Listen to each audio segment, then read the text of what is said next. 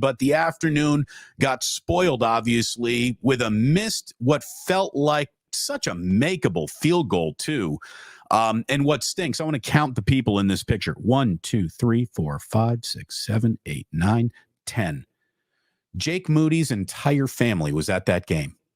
His entire family. He had 10 people in a picture of him standing there in Cleveland in the dog pound, and he's got his entire family there, and he doesn't just miss one, he misses 2 kicks, and the second kick, I could never kick a 41-yard field goal, but I'm not in the NFL. 41-yard field goals are makeable field goals by any standard in this league. I don't care about the terrain, the weather, indoors, outdoors. 41 is a makeable field goal for every professional kicker in the NFL, and he missed a makeable field goal. But I thought that was actually partly responsible from Kyle Shanahan.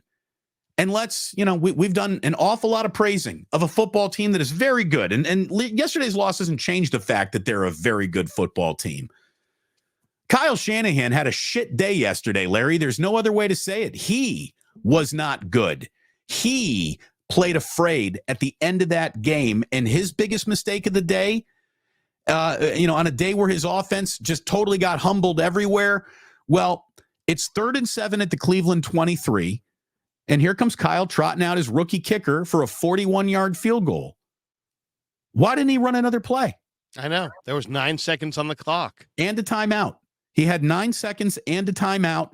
And before anyone puts on the table, well, what you want there is to run the kick on 3rd down. And if anything goes wrong with the snap or the hold, you get 4th down to try it again. Well, I'm going to tell you right now, you walk up to any kicker and you say, would you rather have 2 shots because of the concept of something that is basically borderline automatic and not to be worried about at this level of football? The problem with a missed field goal rarely is it the snap or the hold.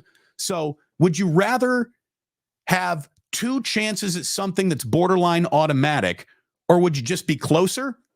Every kicker in the world is going to choose closer. The difference between a 39-yard field goal and a 41-yard field goal is the difference in the 6 feet that ball hooked right. And that's probably the difference in the game. I couldn't believe that Kyle didn't try to slam Jordan Mason just into the back of that offensive line to pick up a couple of more yards, or sneak it with Brock Purdy. A couple of weeks ago, you and I were debating the merits of the brotherly shove, the tush push. I mean, if the 49ers had that, they should have used that right there to get a little bit closer for their rookie kicker who had already had a miss on the afternoon. Right. I mean, I don't understand, I don't know what he was thinking there. But come on, you had to run one more play. I would have put it in Purdy's hands and let him just drop back to pass and find somebody or throw it away. But take a shot to make more yards. I was kind of hoping for the touchdown there, to be honest, when that drive started, because I figured, or get real close for the easy field goal. Instead, I'm like, it looked like, okay, they get to whatever it was, the 20-something yard line, but then it's a 41-yard field goal. And when he lined up for it, I was like, oh, no, this looks far. Now, here's the question.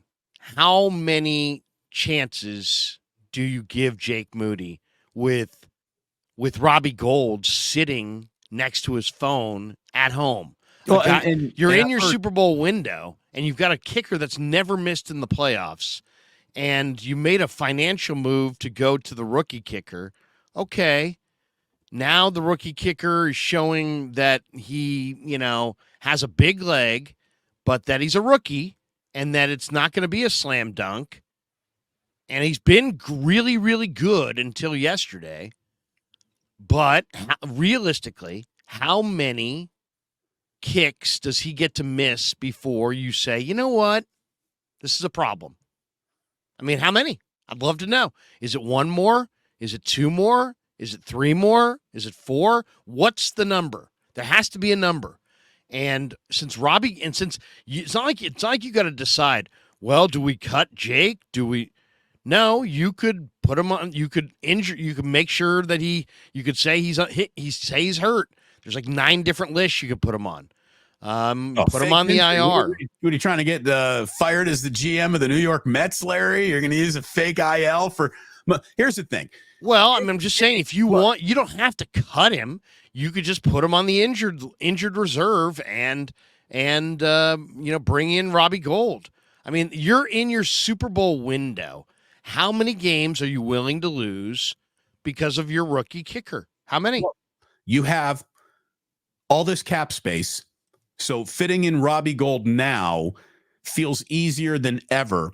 And it's not you got to worry about Robbie next year. This is a 1-year deal, and you might lose Jake Moody as a player, just mentally. Kickers are mental head cases, and if you just say, hey, rookie kicker, you missed your first 10 in a row, but after your first 2 misses, we're going to go back to the guy we drafted you to replace, I think you lose the kid. So, but I'll tell you what, if all the Niners need to do is sacrifice the career of Jake Moody to get a Super Bowl, you do it. You know what I mean? You do it. Kyle cannot be in a situation where this team falls short because of a missed big kick in the postseason. And if that does happen, if that were to happen with Robbie Gould available and that choice being made, it would be bad. I don't know there's no other way to say it. It would be devastating. It would be bad. So do you think, forget the supposing and the maybe, do you think that they're going to call Robbie Gould this week? I do. I think they are going to call Robbie Gould. Just have a chat. Well, Robbie, how you doing? How you feeling? What are you doing? Healthy, Robbie? How's your hand healthy? You've been kicking. You're interested in kicking. I don't know. I mean, I'm not saying they ought to go to Robbie right now, but right now they have an option. If Robbie Gould gets signed in a week, they don't have an option. And they got to make a determination. Do they think this is going to work or not with this rookie kicker? There's rookie kickers that don't work out. I mean, it's not, they drafted this guy in the 3rd round. They don't have to give up on him forever. But they've got to decide what they can live with and what they can't.